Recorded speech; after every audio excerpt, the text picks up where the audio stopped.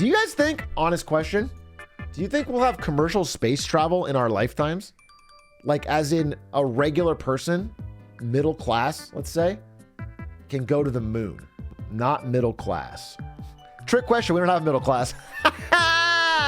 Getting wiped out by 2030, bro. There ain't no middle class left. Can't wait for a billionaire's private spaceship to implode. No, I can tell.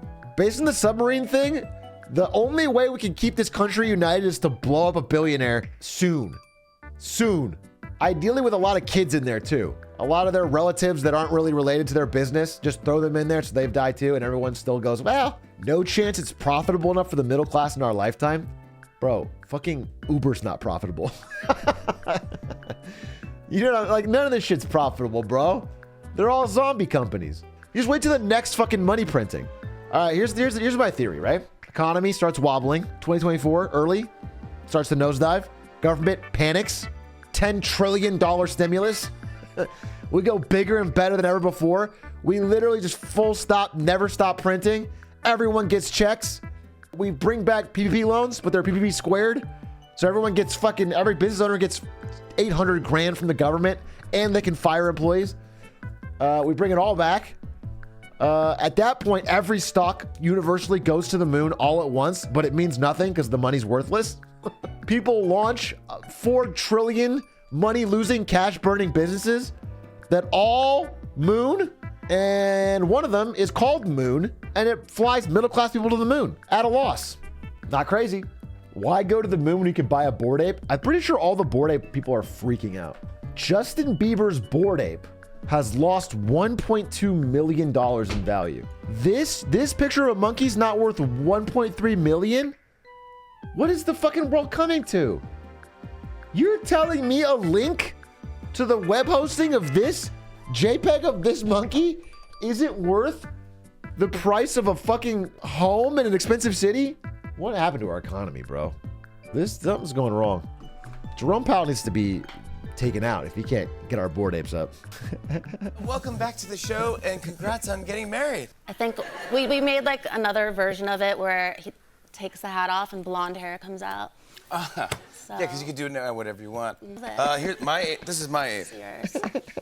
Yours is so cool. I love the red heart sunglasses. I love the captain hat. It reminded me of me a little bit because I wear striped shirts. Just as a joke. 2021 was something, dude. I put them on, so I've done this. They look like they could be friends. They're buddies. This is one of the most awkward things I've ever seen. You have one being released soon. Well, if you love it so much, I actually am going to give you the first one. I would be honored. And I want to give one to everyone in the audience. Wow! What are they working on? Everyone gets an NFT today. Come on.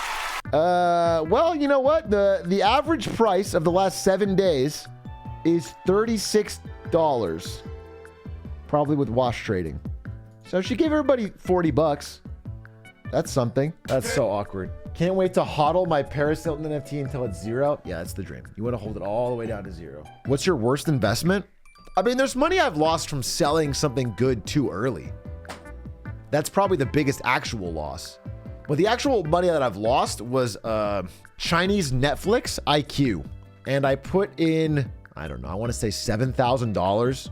This is back in 2014 or 15.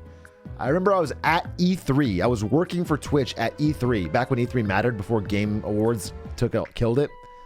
And I was at E3, and I put my money into call options, like fucking weekly call options on IQ.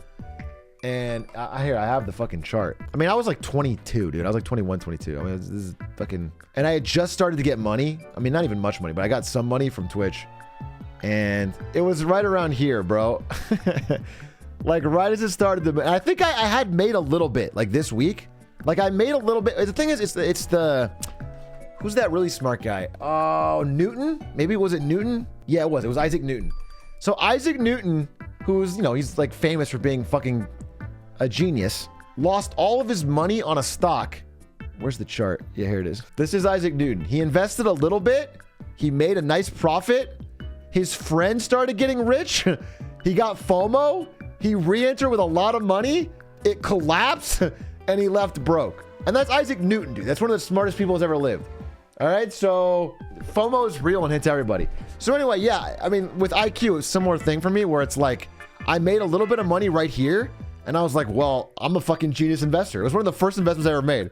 It was like I just downloaded Robinhood back then in 2014 or whatever, and I made a good amount of money for me at the time on that first investment, and I was like, well, I'm gonna fucking roll this up. I'm gonna be a million. I'll be Warren Buffett. I must be just built different. I'm just smarter. And so I fucking bought weekly call options for like the next earnings report for IQ, and it fucking just absolutely shattered. And I remember I lost like, it's got to be like 4.5 or 5 grand in a day. Like it was just instantly. Like I just panicked. I sold, right? That like of the 7K that I spent. And I remember it felt like I got punched in the stomach. I remember I was walking around E3 just fucking despondent. Like I couldn't think about anything else. I kept checking my phone. I was just so depressed. It kicked the wind out of me. I was like, I'm such an idiot. I'm so fucking stupid. God, why the fuck would I do that? I was up and I blew it all. Better. Yeah, but I am super happy that happened to me. Straight up, because I learned a lot from that experience, and I did research after that, and I was like, man, you know, this stuff's, especially calls, is pretty much gambling. It actually is gambling. Yeah, 100%. It's gambling.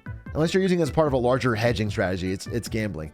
And so, I don't know. It made me a lot safer and smarter with future investments. My worst investment was placing my whole net worth on black and roulette. I'm sorry you lost $8. But you'll make it back, brother. You'll make it back.